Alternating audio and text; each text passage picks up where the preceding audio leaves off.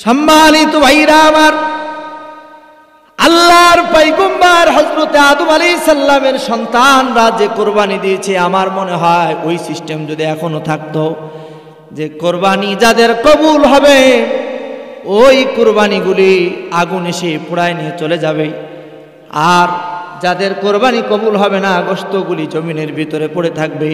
আমাদের কোরবানির ভিতরে যত রকম ত্রুটি আছে, আমার মনে হয় আমাদের কোরবানি গলা মনে হয় একটাও কবুল হতো না। আল্লাহ পাক আমাদেরকে দয়া করেছেন, আল্লাহ রাব্বুল আলামিন আমাকে দয়া করেছেন। আমাদেরকে দয়া করার কারণে আজকে কোরবানির গোশত অন্য কোনো এরকম কোনো সিস্টেম নাই। কোরবানি কবুল হলো কি হলো না, কার কোরবানি কবুল হলো কি হলো না, কিছুই আমরা জানতে পারি না।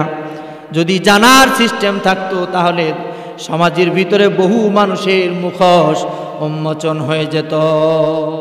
সম্মানিত ভাইরা আমার, আল্লাহর পয়গম্বর হযরত আদম আলাইহিস সালামের সন্তানরা যে কোরবানি দিয়েছে, আমার মনে হয় ওই সিস্টেম যদি এখনো থাকতো, যে কোরবানি যাদের কবুল হবে ওই কোরবানিগুলি আগুন এসে পোড়ায় নিয়ে চলে যাবে, আর যাদের কোরবানি কবুল হবে না গোশতগুলি জমিনের ভিতরে পড়ে থাকবে।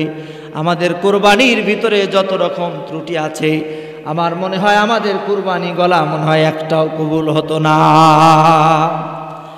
আল্লাহ পাক আমাদেরকে দয়া করেছেন, আল্লাহ রাব্বুল আলামিন আমাকে দয়া করেছেন। আমাদেরকে দয়া করার কারণে আজকে কোরবানির গোশত অন্য কোনো এরকম কোনো সিস্টেম নাই। কোরবানি কবুল হলো কি হলো না, কার কোরবানি কবুল হলো কি হলো না, কিছুই আমরা জানতে পারি না। যদি জানার সিস্টেম থাকতো তাহলে সমাজের ভিতরে বহু মানুষের মুখোশ উন্মোচন হয়ে যেত। সুবহানাল্লাহ, আল্লাহু আকবার, আল্লাহু আকবার, লা ইলাহা ইল্লাল্লাহু, আল্লাহু আকবার, আল্লাহু আকবার, ওয়া লিল্লাহিল হামদ। স্যার সুযোগ তৈরি করে দিলেন, সকলে শুকরিয়া তান জবান ছেড়ে পড়ছি আলহামদুলিল্লাহ। লক্ষ কোটি দরুদ ও সালাম ইমামুল মুরসালিন আশরাফুল আম্বিয়া তাজেদারে মদিনা হাবিবে কিবরিয়া মুহাম্মদ রাসূলুল্লাহ, সকলে পড়ছি সাল্লাল্লাহু আলাইহি সাল্লাম। সম্মানিত উপস্থিতি, কোরবানি নিয়ে জুমাতে অনেক আলোচনা করেছি। আসলে এই কোরবানি অত্যন্ত গুরুত্বপূর্ণ একটি ইবাদত আজকের দিনের জন্য। এই কোরবানি একেবারে হযরতে আদম আলাইহিস সালাম থেকে এই কোরবানি শুরু হয়েছে। সর্বপ্রথম আল্লাহর পয়গম্বর হযরতে আদম আলাইহিস সালাম তার দুই সন্তান আল্লাহ তাআলার রাস্তায় এরকম ভাবে কোরবানি করেছে। সম্মানিত উপস্থিতি, সেই ধারাক্রমে কোরবানি চলতেছে। আজকের আমরা সেই দিন উপনীত হয়েছি। পয়গম্বর হযরতে আদম আলাইহিস সালাতু ওয়াস সালাম যখন তার এক জোড়া সন্তান হলো হাবিল আর কাবিল, কিতাবের ভিতরে আসছে একই গর্ভ থেকে এক জোড়া মেয়ে সন্তান জন্মগ্রহণ করল। ওই দুই মেয়ের ভিতরে এক মেয়ে দেখতে সুন্দর, আর এক মেয়ে দেখতে কুৎসিত কালো। হযরত আদম আলাইহিস সালাম যখন তারা বিবাহর বয়সে উপনীত হলো, হযরত আদম আলাইহিস সালাম হাবিলকে বলছে যে তোমার জন্য এই মেয়ে আমি পছন্দ করেছি, অর্থাৎ সুন্দরী যে মেয়েটা, আর কাবিলকে বলছে তোমার জন্য আমি এই মেয়েটার সাথে বিয়ে দিব সিদ্ধান্ত নিয়েছি। তো তখন তার সন্তান কাবিল বলছে, আব্বাজান আপনি আমাকে বেশি ভালোবাসেন না, তা না হলে সুন্দর মেয়েটা আপনি হাবিলের সাথে বিয়ে দেওয়ার চিন্তা করতেছেন, আর দেখতে ভালো নয় কুৎসিত মেয়েটা আপনি আমার সাথে বিবাহ দেওয়ার চিন্তা করছেন, এই বিবাহ আমি মানি না। তো তখন আল্লাহ তাআলা হযরত আদম আলাইহিস সালামকে সিদ্ধান্ত দিল। আদম আলাইহিস সালামকে আল্লাহ তাআলা জানাই দিলেন, যে এরকম কথা বলছিলাম। তো আল্লাহ তাআলা হযরত আদম আলাইহিস সালামকে জানালেন যে পয়গম্বর তুমি তোমার দুই সন্তানকে কুরবানি করার কথা বলো, যার কুরবানি কবুল হবে তার সাথে সুন্দরী মেয়ের বিয়ে হবে। একথা বলার পরে আল্লাহর পয়গম্বর হযরত আদম আলাইহিস সালাম তার দুই সন্তানকে বললেন কুরবানি করার কথা। এখন কুরবানি করার কথা যখন বললেন, হাবিল তিনি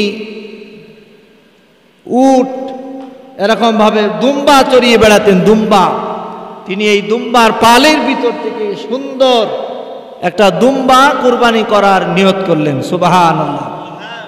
তাহলে এখান থেকেও শিক্ষা হলো যে সব থেকে ভালো জিনিসটা কুরবানি করতে হবে।